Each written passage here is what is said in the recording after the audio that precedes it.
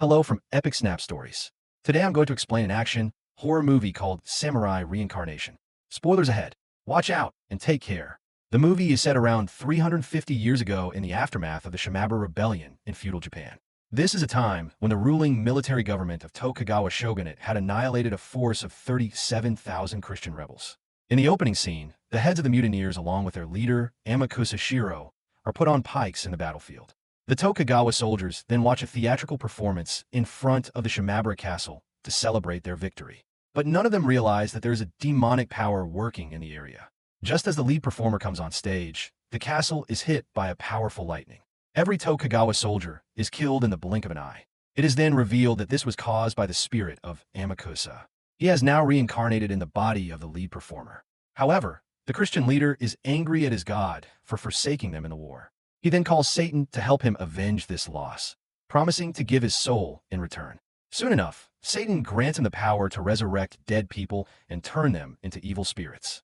Following this, Amakusa goes to a place named Kumamoto. He visits the grave of Tadaoki Hosokawa, a samurai who was killed during the current regime's ascent to power. Amakusa then performs some magic and summons the spirit of Tadaoki's wife, Grace. It is revealed that she was a tremendous beauty and a loving wife, but her husband slept around with other women, even bringing them back home.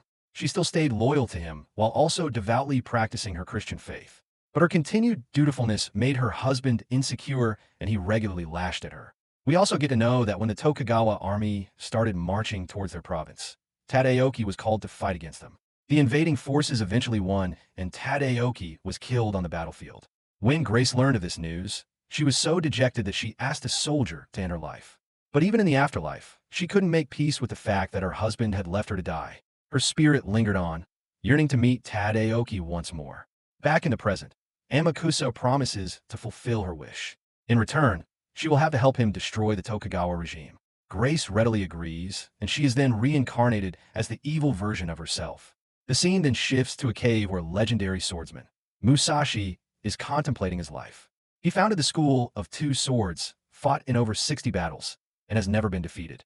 Despite all this, he is still jealous of Lord Taijima and his elder son Jubiai. Taijima is the chief sword instructor of the Tokugawa regime and famous all over the nation for his skills. Old Musashi is now close to his death, and yet cannot let this jealousy go. Soon, Amakusa and Grace appear in his cave with a tempting proposal. If he agrees to reincarnate, they will help him have a one-on-one duel with Lord Taijima. Musashi is startled by their appearance and tries to attack Amakusa, but he is so sick that the sudden movement causes him extreme exhaustion. The old man eventually collapses on the ground and starts taking his last breaths on earth. Taking advantage of his vulnerability, Amakusa once again repeats his proposal, and Musashi finally agrees. Grace then kisses his lips, and the old man is reincarnated in a hideous but powerful form. Meanwhile, in Nara, a monk and a great spearman named Inz-hun crosses paths with two young girls. He surprisingly daydreams about unsheathing his weapon and brutally ending their lives. It is evident that Inz-hun is secretly a sadist who enjoys abusing beautiful women. But he holds back his violent urges this time, allowing the duo to walk away. A few seconds later, Inz-hun sees a slender womanly figure wearing a demonic mask nearby. This mysterious figure knows his dark fantasy and taunts him openly for it. Furious, the monk throws his spear at her, but the figure vanishes into thin air. Upon witnessing this, he thinks that his dark desires are playing tricks in his mind. Despite training in Buddhism for decades, he has been unable to get rid of filthy thoughts. He thus commits the unthinkable by grabbing the spear and planting it in his abdomen. As Inz-hun drops to the ground, writhing in pain, Amakusa and Musashi show up. The womanly figure also reappears and reveals herself to be none other than Grace. Her beauty, combined with Amakusa's manipulative words, convince Inz-hun to accept reincarnation as a devil. Somewhere else in the country, a young man named Kiramaru returns to his village. He belongs to the Iga ninja tribe that live away from the rest of the kingdom. The young man is also good friends with Jubiai, who is scheduled to visit the village in a few hours. However, moments later, the tribe is ambushed by the government-backed Koga ninja clan. The whole village is burnt down, and everyone is mercilessly killed. Kiramaru turns out to be a good fighter, and he manages to escape into the nearby forest. He is quickly pursued by an equally skilled ninja woman from the Koga clan. But just as she's about to end his life, the reincarnated devils appear in the forest. Inz-hun, who is now immensely strong and openly sadistic, knocks down the woman ninja. He then creepily enjoys abusing her while the other devils watch with expressionless faces. Meanwhile, a severely injured Kurumuru lays down nearby, drawing his last breaths. Amakusa then approaches him and makes a tempting offer. In return for his help, he will be given a chance to avenge his family. Kiramaru has nothing to lose, so he agrees and is immediately reincarnated as a devil. After a while, Jubiai arrives at the village, only to find it in complete ruins. He calls out for his friend and begins investigating in the surrounding forest. But he soon comes face to face with a bewildering sight. Kiramaru, along with 3 other people, are riding towards him on horseback. Jubiai quickly leaps onto a tree branch and narrowly avoids being impaled by Inshan's spear. He then watches on as the horse company demonically laughs at him.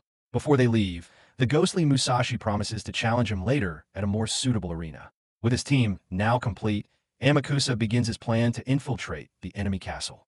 His first step is to bring Yetsuna, the chief of Tokugawa shogunate, under his control. It is revealed that he is the 4th shogun of the ruling dynasty, but is just a young man.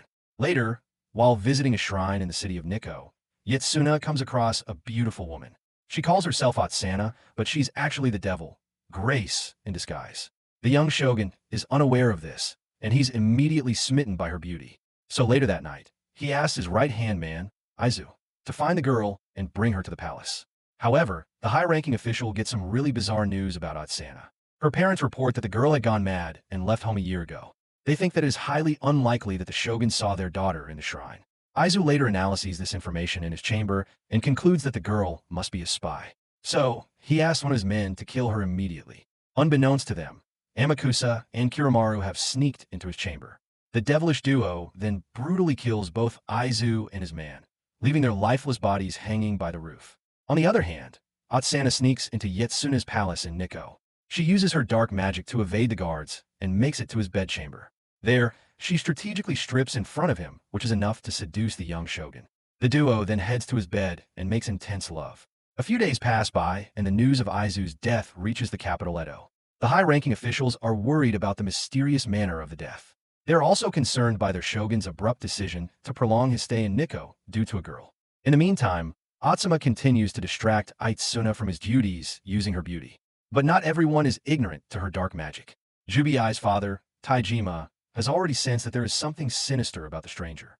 Thus, the old man commissioned a special katana from an infamous ironsmith, Muramasa, earlier that week. One night, while he is checking the sword's sharpness, he receives a letter from his son. It details the young man's rendezvous with the 5 ghosts near the IGA ninja village. This is enough to confirm Taijima's suspicions about the involvement of evil spirits in the recent incidents. So, he plans to kill Otsama by pretending that he lost his sanity. He will then commit seppuku as he is already on the brink of death due to terminal cancer.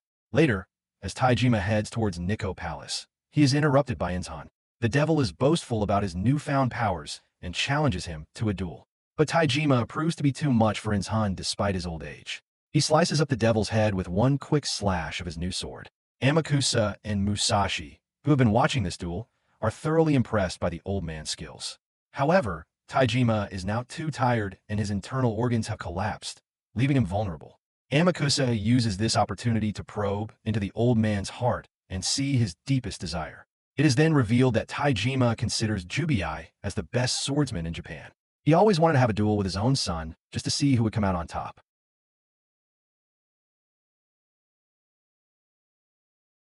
Thus, Amakusa offers him reincarnation and a chance to fight his son in exchange for his help.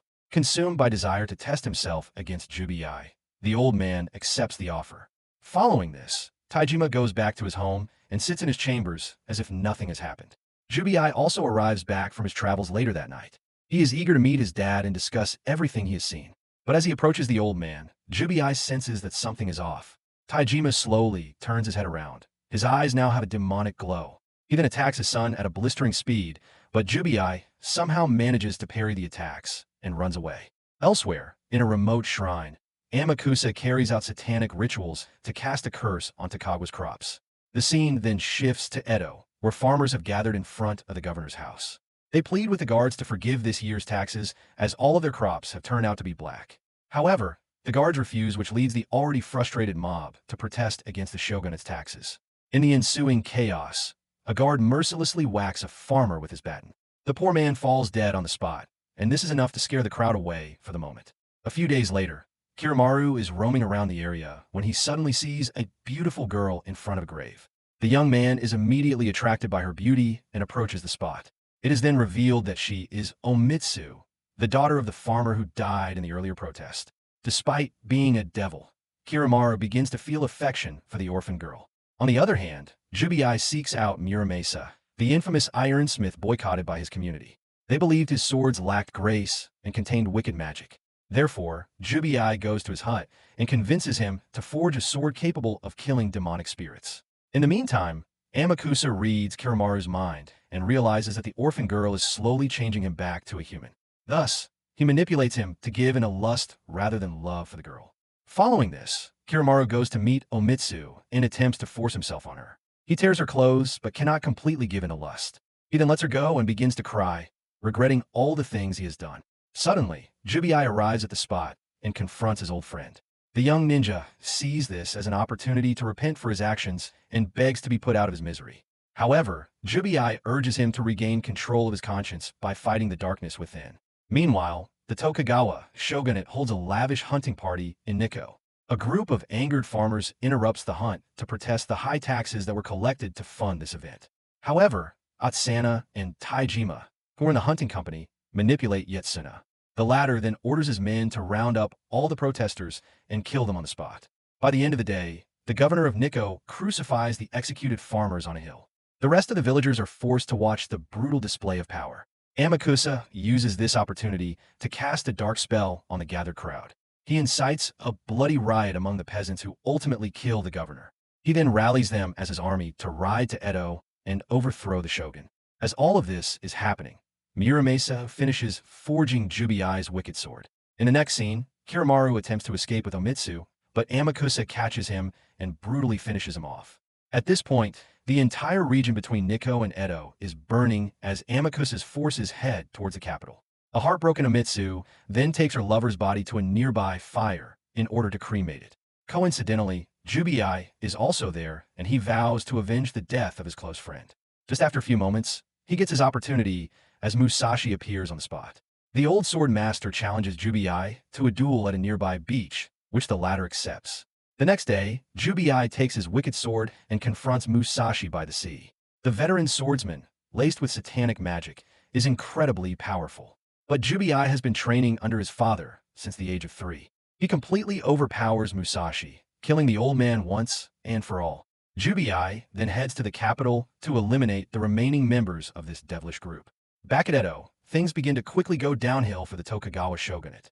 The farmers' uprising continues to advance on the capital. Shogun Yetsuna finally comes to his senses after seeing that his kingdom is in disarray. But it is too late as Grace, still disguised as Atsana, holds him hostage. She, alongside Taijima, sets the palace ablaze, killing almost every member of the shogunate. By this moment, Grace has completely lost her mind and begins to see Yetsuna as her ex-husband. She yells at him for leaving her to die and drags him into the flames.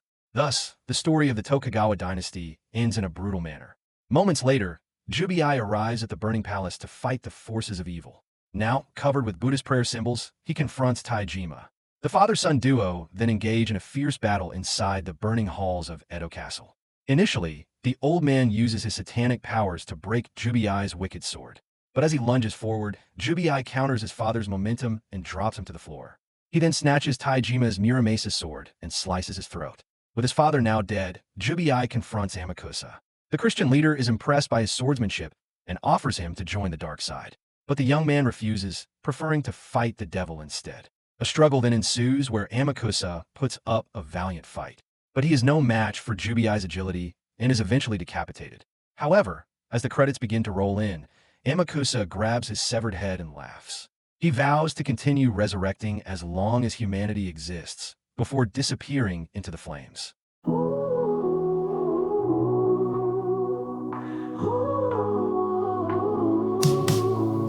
Scrolling through my timeline, what do I see? Another star falls from grace, caught on TV. Headlines shouting truths, better left untold. In this digital age, we're losing the old. Spotlights, hot cameras clicking too fast. Fame's a fragile mirror that shatters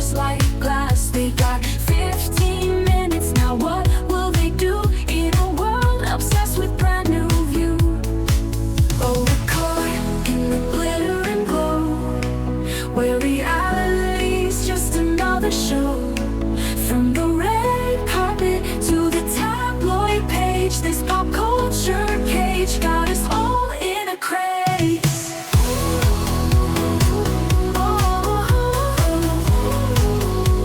All in a craze. Filters and lights, it's all just a game. Chasing validation in a crowded fame. Behind the curtain there's a faded star, losing who they were and who they are. Dream chasers in the city of lights, with their hopes and their fears burning bright. From the silver screen to the trends we share, we're all just chasing shadows in the air.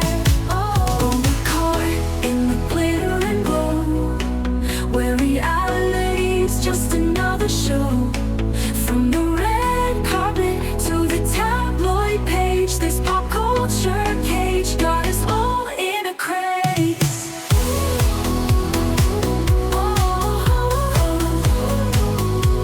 All in a craze.